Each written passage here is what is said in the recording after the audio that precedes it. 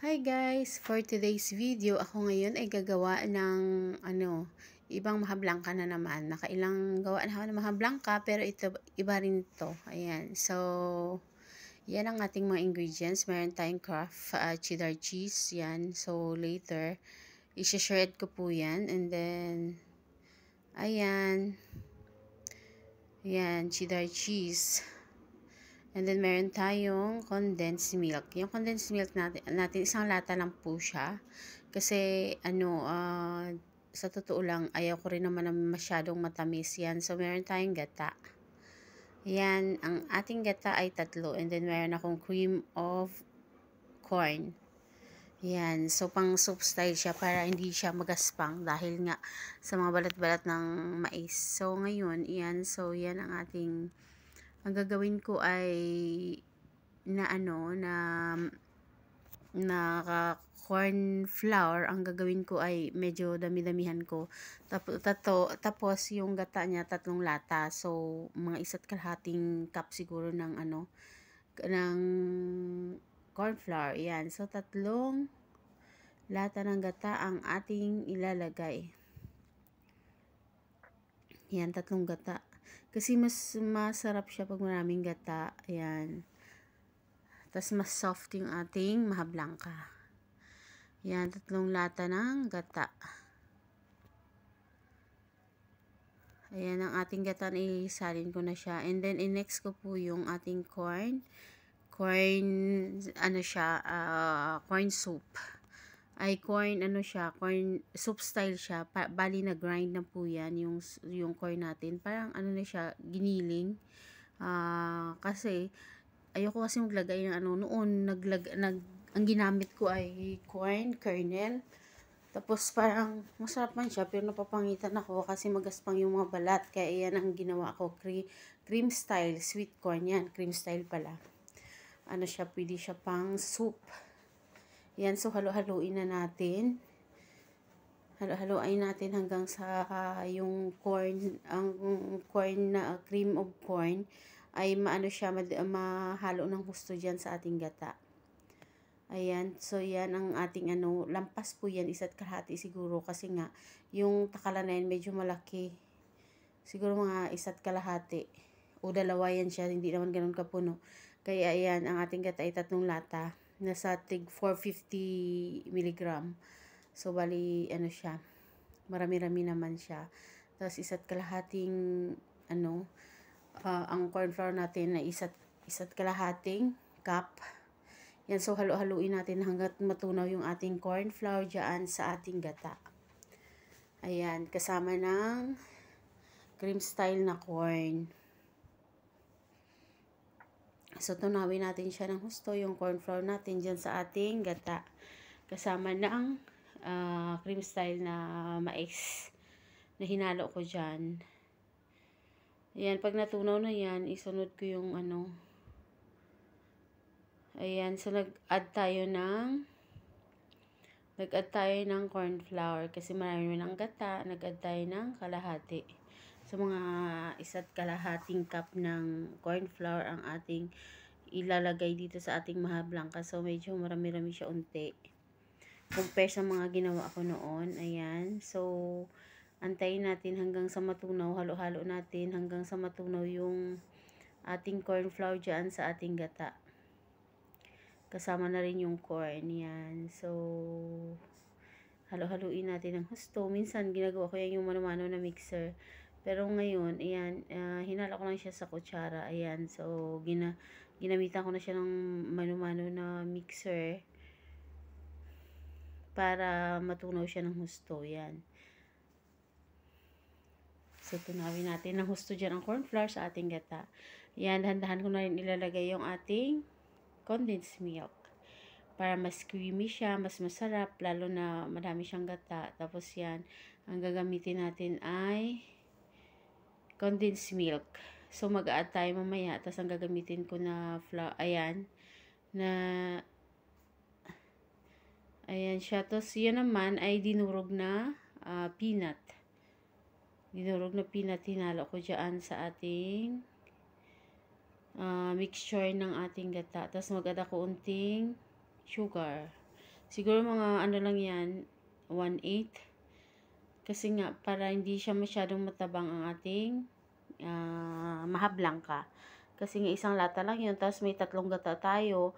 And then, meron tayong 1.5 corn flour. So, matabang siguro pagka hindi natin dagdagan ng ano, kasi isang lata lang yun ng condense. And then, ayan, meron tayong sliced cheese. Ang ginawa ko, kinurot-kurot ko lang yan dyan, tapos ilalagay natin dyan sa, sa mixture ng pangmahablangka. And then, iba rin po yung isi-shred ko mamaya, ilalagay sa ibabaw ng mahablangka. Yan, ang cheddar naman. Cheddar rin yan, pero sliced cheese, kaya ilalagay ko, sabay ko sa pagluto. Kasi para matunaw siya, dahil kung isi-shred ko mamaya, itong cheddar natin baka kukulangin siya pag ilagay natin sa itaas. Kaya ang ilalagay ko dyan sa mixture natin ng pangmahablangka ay ang sliced cheese. Yan, kinurot-kurot ko siya na maliit, and then mamaya masabay sa luto para mahalo ng husto dyan sa ating mixture na mahablangka. So, ngayon, time na para lutuin natin. Ililipat natin sa kaldero.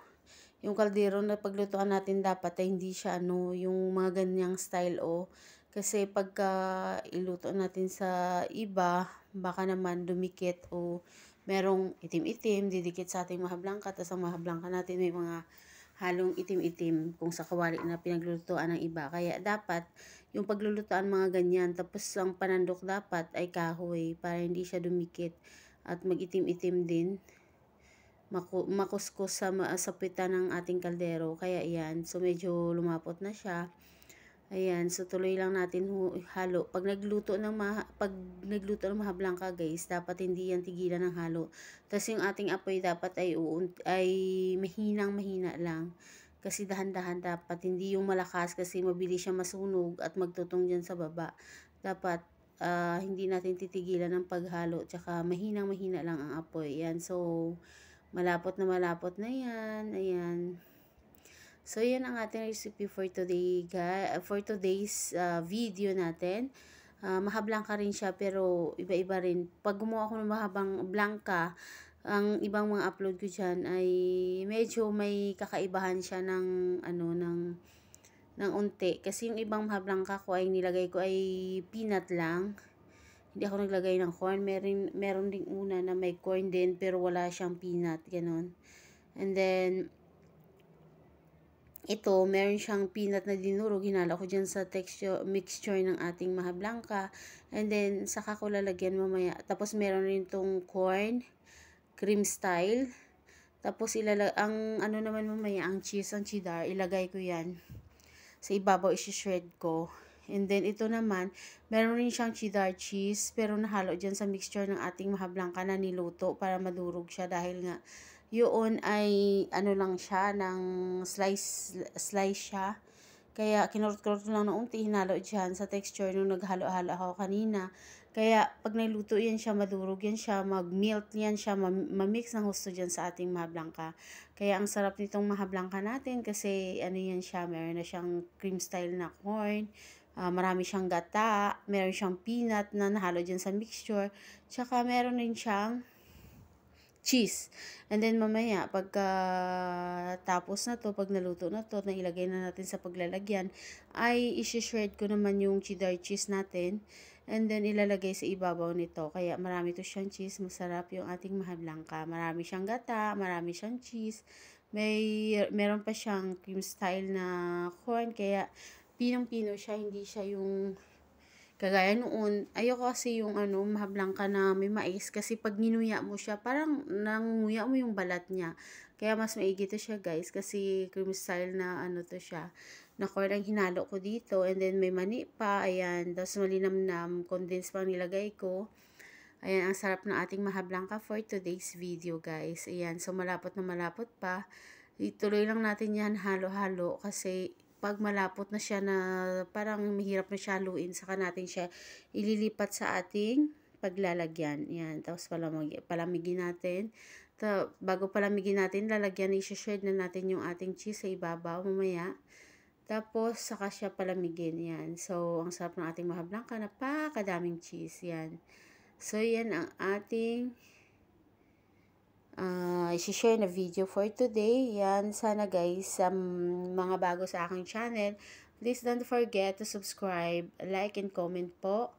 And then, para updated kayo sa next vlog ko, please hit the notification bell, choose all, para notify kayo every time meron po akong upload. So, ayan na siya guys.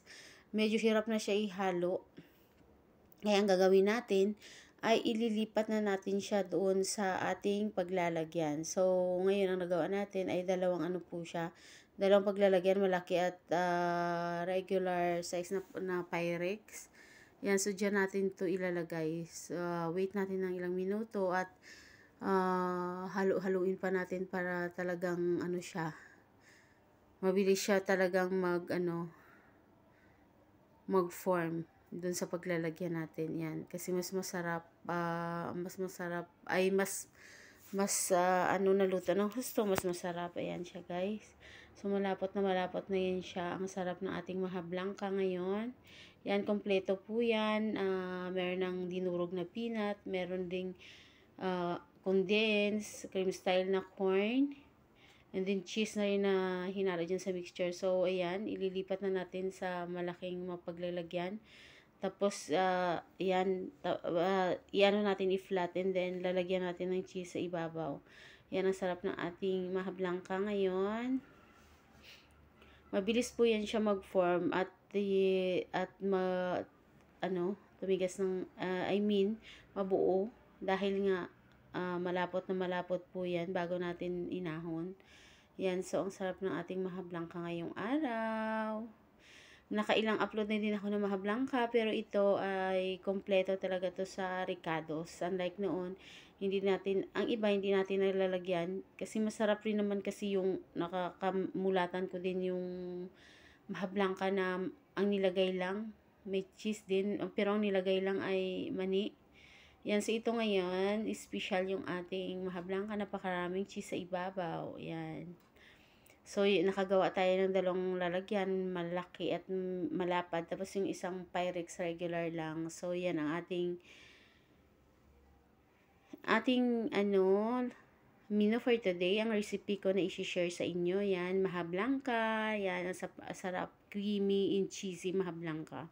Yan, so once again guys, sa mga bago sa aking channel ulit, please don't forget to subscribe, like, and comment po.